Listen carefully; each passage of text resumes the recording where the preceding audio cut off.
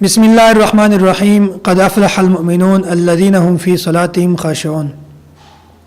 زنن تاسو مخکې په دې مختصر نشست کې د ترک رفع الیدین په موضوع باندې د اهل سنت والجماعت او د فریق مخالف موقف بیانوم.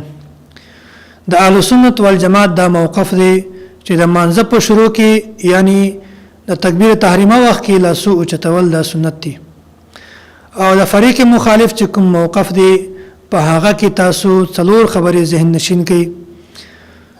اوله خبره ده چې په احادیث مبارکه کې د لاسو اوچتولو چې کوم الفاظ راغلي دي هغه 5 قسم الفاظ راغلي دي. فی کل رفع وحفظ فی الرکوع والسجود بین السجدتین. نو دا تقریبا ټوټل 28 مقامات راځي چې په هغه کې د لاسو اوچتولو ثبوت شته، خو فریق مخالف په دې 28 ځایونو کې لس ځایونه داسې چې هغه لاسونه اوچتوي او اتلس ځایونه داسې چې په هغه کې د لاسونه نه اوچتوي. هغه لس ځایونه کوم دي؟ یو تکبیر تحریمه وخت کې د لاسونه اوچتوي، او درم رکعت شروع کې، او رکوع تطلق وخت کې، رکوع نه د پاسېدلو وخت کې د لاسونه اوچتوي. دا لس ځایونه جوړیږي چې د په هغه کې لاسونه اوچتوي، او اتلس ځایونه داسې چې په هغه کې د لاسونه نه اوچتوي. دویمه خبره ده چې بعض غیر مقلدین لاسو اوچتولو ته د فرض نه وایي او بعض لاسو اوچتولو ته د واجب نه وایي.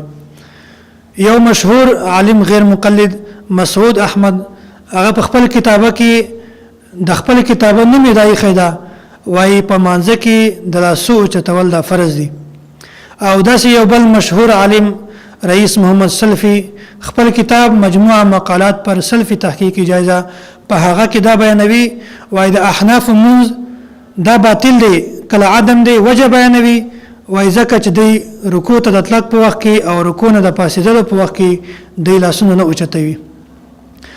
او درمه خبره ده چې غیر مقلدین حضرات دا وایي نبی علیه الصلاۃ والسلام د لاسونه اوچتول په دې باندې دوام اختیار کړی ده تر دې حد پورې چې نبی علیه الصلاۃ والسلام د دې دنیا نه ته هغه وخت نبی علیه الصلاۃ والسلام رفع الیدین کولو. نو یو ثبوت دی او یو دوام دی. د ثبوت احناف هم قائل دي خو د دوام قائل نه دي. ثبوت مطلب دا چې نبی علیه الصلاۃ والسلام یو کار کړی دی بیا هغه کار باندې دوام نه دی اختیار کړی بلکې هغه کار پرې خې دی. او د دوام مطلب دا دی چې نبی علیه الصلاۃ والسلام یو کار کړی دی د مرګ ته وخت پورې نبی علیه الصلاۃ والسلام هغه کار کړی دی. نو په دې باندې وزداسي دلیل راول ضروری دي چې په هغه کې د دوام لفظ وي د ثبوت لفظ نه وي. کچیرته د ثبوت لفظ وي نو په دې سره د دې دعوه نه ثابتېږي.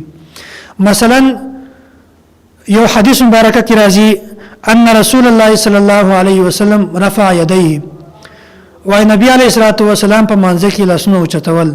نو د دې دا مطلب دی چې نبی علیه الصلاۃ والسلام لاسونه اوچتول خو بیا نبی علیه الصلاۃ والسلام هغه لاسونه اوچتول پرېښي وو. خو غیر مقلدین د دې دا مطلب اخلي چې نبی علیه الصلاۃ والسلام د مرګ تر وخت پورې لاسونه اوچتول. او څلورمه خبره ده چې غیر مقلدین چې کوم موقف ته هغه وایي چې صرف مونږ الله جل جلاله قرآن کریم منو او احادیث مبارکه منو. نو دوی چې کله دلیل پیش کوي نو دوی په دلیل کې د قرآن کریم آیات یا احادیث مبارکه پیش کوي.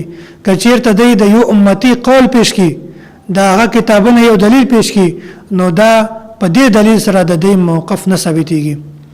نو خلاصه د دې خبرې دا ده چې غیر مقلدین چې کوم یو دلیل پیش کوي په هغه کې داسې دلیل به دی راوړي چې په هغه کې د لس ځایونو د لاسو اوچتولو ذکر وي او د اتلسو ځایونو د لاسو نه اوچتولو ذکر وي. او دویمه خبره ده چې په هغه کې د رفع الیدین د فرض یا د واجب صراحت شوی وي چې لاسو اوچتول فرض دي یا واجب دي. او درمه خبره ده چې په دې کې دا موجود وي چې نبی علیه الصلاۃ والسلام د لاسونه د مرګ تر وخت پورې کړي وو. او څلورمه خبره ده چې د کوم یو دلیل پیش کوي هغه دلیل به یا د قرآن کریم نه پیش کوي یا د احادیث مبارکه نه. لا اله الا الله لا اله إلا الله لا إله إلا الله ما لنا رب سواه لا إله إلا الله لا إله